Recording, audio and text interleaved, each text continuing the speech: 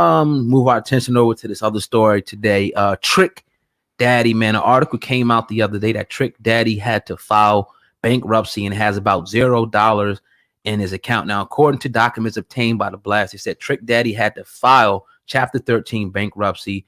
They're saying pretty much, his assets, don't have much assets at this point, but his debt, clocks in around $807,000. And that includes car payments, home taxes, back child support, and things like that. His credit card debt is unknown, according to the Blast article here. But I gotta ask Sam Ant, what does he think about Trick Daddy? Because I can remember, when we were younger, not really rocking out with him, but I remember when my brother moved to the South, he put me on the Trick Daddy, and he was pretty big. Yeah, one of the pillars of Miami. So for real. What does this say to you that he's in some real serious financial trouble, according to the documents? This is not surprising to me. This is a situation that a lot of our favorite rappers, whether that be from the South, North, East, West, whatever, find themselves in today. In particular, the generation and the genre we listen to, the rappers we listened to growing up, because this was the music business. This is how the shit was ran. You start to slowly find out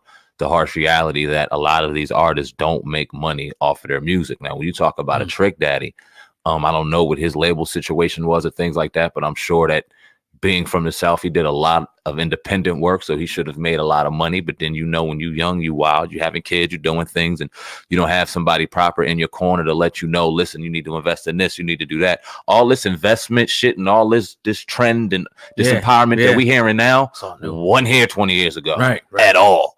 And it's a lot of the reason that you see a lot of the mistakes being made from a lot of our elder and our OGs. It's a real unfortunate situation. The silver lining is bankruptcy ain't the end all be all. You start with a clean slate. He can still go out here and do interviews. He's a very captivating figure. He can make money doing his thing and start over.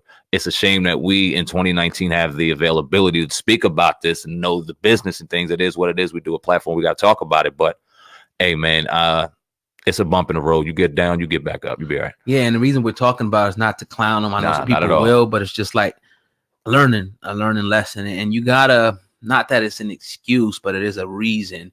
And it's like, you look at these guys coming out, substandard conditions, they were never, like you alluded to, were never taught that, okay, once this money starts coming in, I need to start investing this, because just like football or basketball, you can't rap forever. And you only seen really a handful of them who have took, the money that they made from music and invested it into things that will make them money in the future. And there's not a lot of them that do it. So again, not surprising.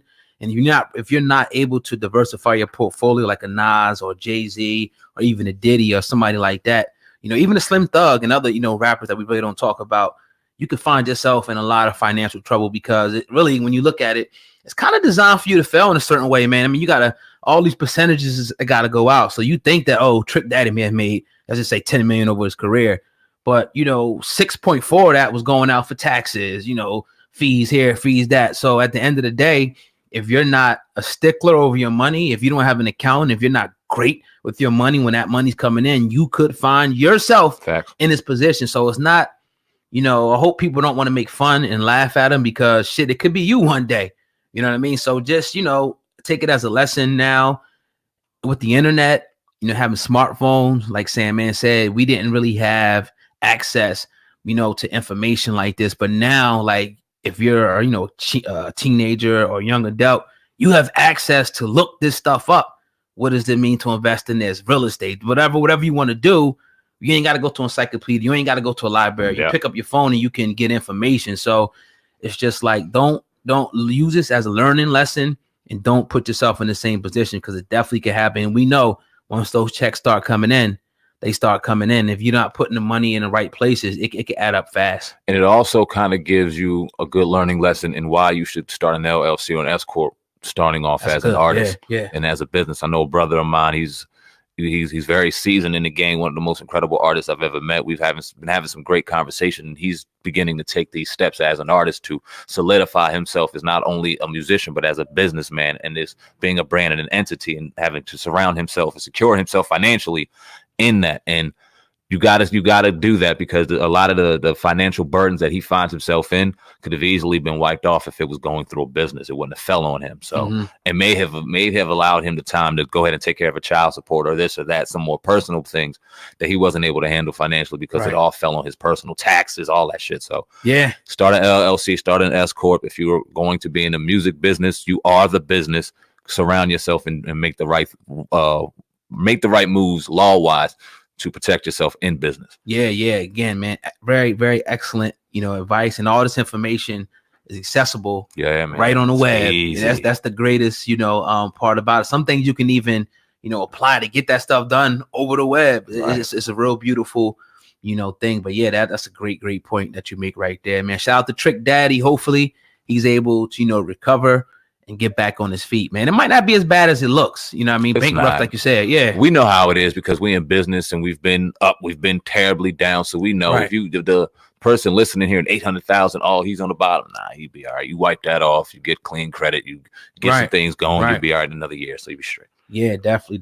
So that's that story right there out of Florida. Now we want to talk about, actor Brandon T. Jackson, man. He talked about on a radio station that he regretted actually wearing a dress on Big Mama's house. Sandman has that story. Let's go. He's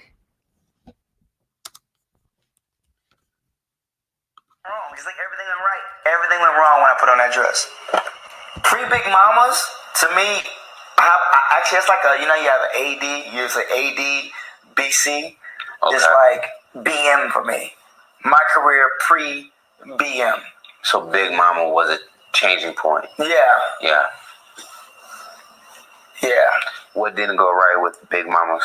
It was, first of all, no offense, the movie wasn't that good to me. It wasn't a prolific film. I sound so mean, like, you should be grateful for it. But I'm real. You should be real. Like, it wasn't like the best movie. It was okay. It was an entertaining film. Number one, Big Mama's one.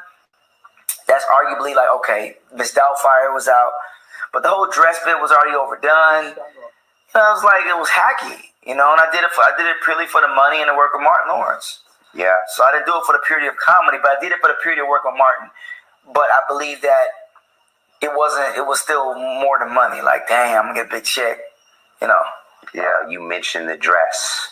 It's a big conversation. Yeah. Did you get like slack when you wore the dress at that moment? It wasn't slack from people. Only Cat Williams. Cat Williams was trying to always say, Brandon, don't wear a dress.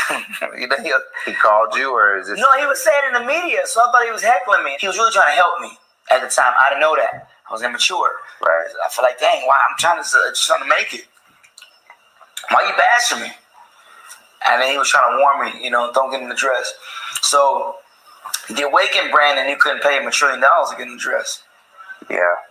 Was there like Yeah, so that was Brandon T. Jackson on Comedy Hype. They've been doing a thing over there, getting some real good interviews.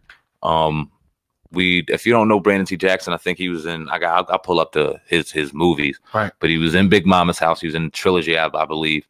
And hey, man, we've talked about Big Mama's House a lot on here. It often comes up when we have the conversation on black males in particular, putting on the dress in Hollywood to gain success. 99.9% of the time met with criticism on this platform. Brandon T. Jackson, somebody that put on a dress. We don't often get to hear somebody's perspective, but we've heard his. Yeah. Oh God, what's your thoughts on that, man? It seems like one thing that stood out to what he said, it was like, when he said that Cat Williams, told him not to put on the dress. He said he thought he was heckling him, but he didn't understand at the time. And he said, look, I'm trying to, just make it. You look at the list of all the black actors, celebrities. You got Sean and Marlon Wayans, Miguel Nunez, Ving Rhames, Wesley Snipes, Eddie Murphy, Jamie Foxx. Go down the list. Arsenio Hall, Tyler Perry. Yep. You see, like, it got to be something, I think more bigger, sinister, plot here, almost like a ritual to make all of these, black actors put on this dress. So, like, they feel like they have to do this to make it. It seems like that's the statement that stood out to me the most. And I like the fact that he came out and said, look, this was like a downtime. I should have never done this. So he's regretful. And, I'm sure like Martin and Jamie Foxx probably won't. Their careers have went to, lengths, higher than they could ever go. But I just don't like the fact that these has to be, when they do this, first of all, they shouldn't be doing it, in my opinion. It has to be like a career defining moment for them, man. I think it's a lot to this. A lot of, we were just talking about a few years ago how that whole Illuminati conspiracy thing came out. I think some of it was true. And I think this part is true. I think it's not only for, demasculation, of the black male image, but also, just to, kind of, see, image means a lot.